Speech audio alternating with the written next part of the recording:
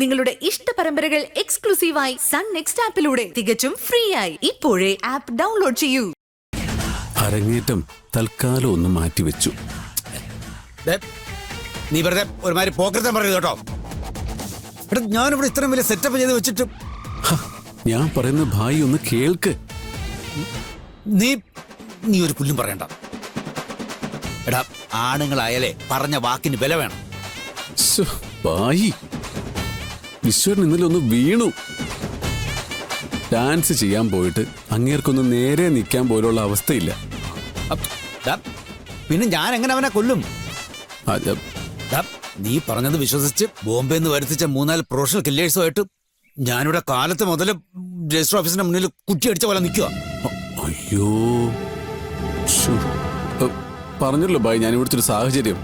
നിനക്ക് നിന്റെ സാഹചര്യം പറഞ്ഞാൽ മതി. നീ എന്താ എന്റെ കാര്യം ഓർക്കാത്ത? യവന്മാരെ എല്ലാം പിരിച്ചു വിടണമെങ്കിൽ എനിക്കിനി എത്ര രൂപയുടെ നഷ്ടമാണെന്ന് അറിയാവോ? തുടങ്ങി നാറിയുടെ പിച്ച. ഇത് ശരിയാവൂല. ശരിയാവത്തില്ല ജയ. എനിക്ക് അയാളെ ഇപ്പൊ കൊല്ലണം. ഇന്ന് ഒരു കൊലപാതകം ഞാൻ വല്ലാതെ ആഗ്രഹിച്ചു പോയി. അയ്യോ, അയാൾക്ക് ഇങ്ങോട്ട് വരാൻ പറ്റത്തില്ലെങ്കിൽ വേണ്ട, ഞാനും കില്ലേഴ്സും കൂടെ അങ്ങോട്ട് വന്നേക്കാം. നമുക്കവനെ അവിടെ ഇട്ട് തീർക്കാന്ന്. എന്റെ ഭായി ചുമ്മാ അവിടെ നിൽക്കും, അബദ്ധം കാണിക്കല്ലേ. ഇവിടെ എല്ലാരും ഉണ്ട്. തെളിവില്ലാതെ തട്ടാൻ അല്ലോട് പൊട്ടാ തനിക്കാണ് കൊട്ടേഷൻ തന്നത്. എന്നിട്ടിപ്പോ ഇവിടെ ഒന്ന് തട്ടാന്നോ? താനക്ക് എവിടുത്തെ പ്രൊഫഷണൽ കില്ലേഴ്സ് ആനട്? ബോംബെയിലെ വെറും പ്രൊഫഷണൽ കില്ലർ അല്ല, അണ്ടർവേൾഡ് കിങ്. അണ്ടർവെയർ വിശ്വനാഥനെ മാത്രമല്ല, വേണ്ടി വന്ന നിന്നെയും ഞാൻ തട്ടും. ഭായി എന്തൊക്കെയാണ് ഭായി പറയുന്നത്?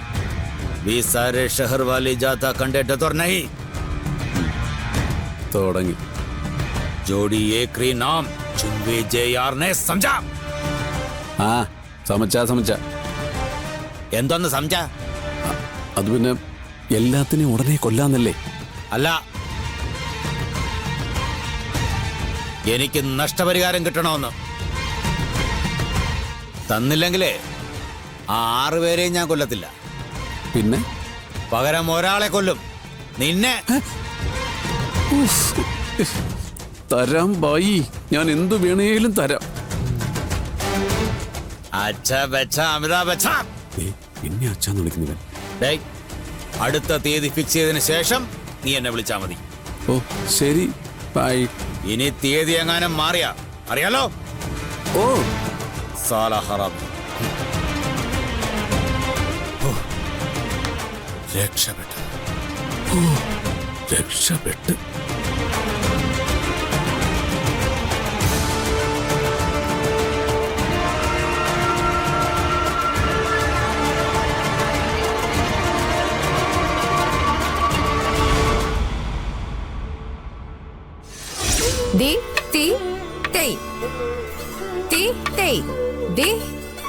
ഒരിക്കൽ കൂടെ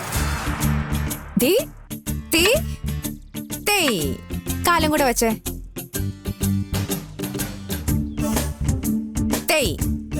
അയ്യോ,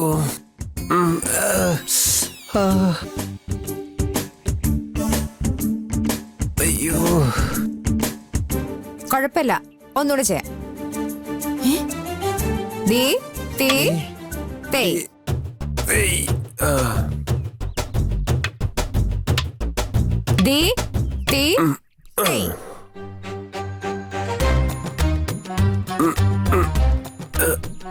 അയ്യോ അയ്യോ.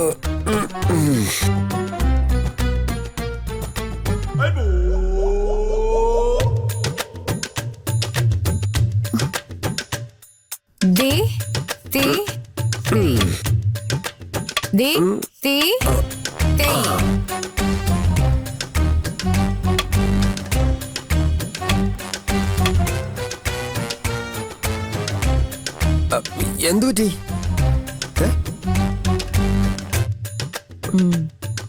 വാ.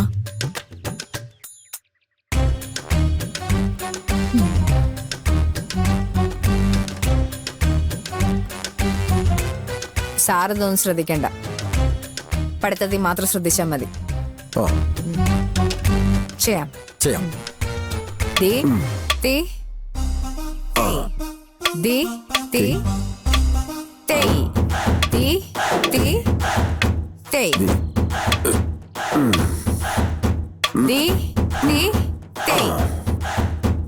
ദീ തീ തേയ്. ദീ തീ തേയ്.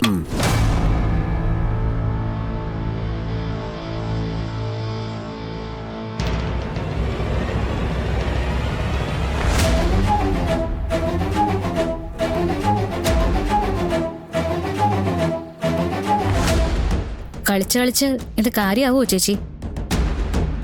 എന്ത്? അല്ല, ഈ ഡാൻസ് പഠിത്തം അങ്ങേരെങ്ങാനും ഇത് പഠിച്ചെടുക്കോ?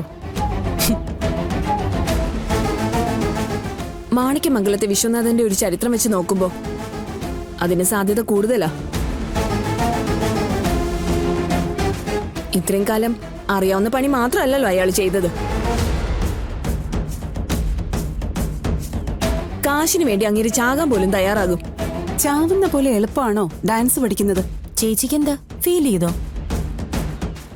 ഫീലിങ്സ് ഒന്നും വേണ്ട. അവള് വെറുതെ ഒരു താളത്തിന് പറഞ്ഞതാ. ഭരതനാട്യത്തില് കാവേരി പരമേശ്വരനെ തോൽപ്പിക്കാൻ അന്ന് കലോത്സവത്തില് ദിവ്യ നായർക്ക് പോലും പറ്റിയിട്ടില്ല. പിന്നെയല്ലേ കല തൊട്ടു തീണ്ടിയിട്ടില്ലാത്ത മാണിക്യമംഗലത്തെ വിശ്വനാഥൻ.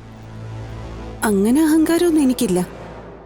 എന്നാലും ഒരു കാര്യം ഉറപ്പുണ്ട്, നാഗവല്ലിയല്ല, ഇനി സ്വർഗം വിട്ടിറങ്ങി വന്ന ഉർവശി, മേനക, രംഭ, തിലോത്തമമാർ ഒന്നിച്ചു വന്ന് നൃത്തം പഠിപ്പിച്ചാലും ആ മനുഷ്യനെ ഞാൻ തോൽപ്പിച്ചിരിക്കും. ചെയ്ത എല്ലാ യുദ്ധങ്ങളിലും എന്നെ തോൽപ്പിച്ചിട്ടുള്ളവനാ. ഈ ഒരു യുദ്ധത്തിലെങ്കിലും എനിക്ക് അയാളെ തോൽപ്പിക്കണം. അല്ലെങ്കിൽ പിന്നെ കാവേരി കാവേരി അല്ലാതായി പോവില്ലേ?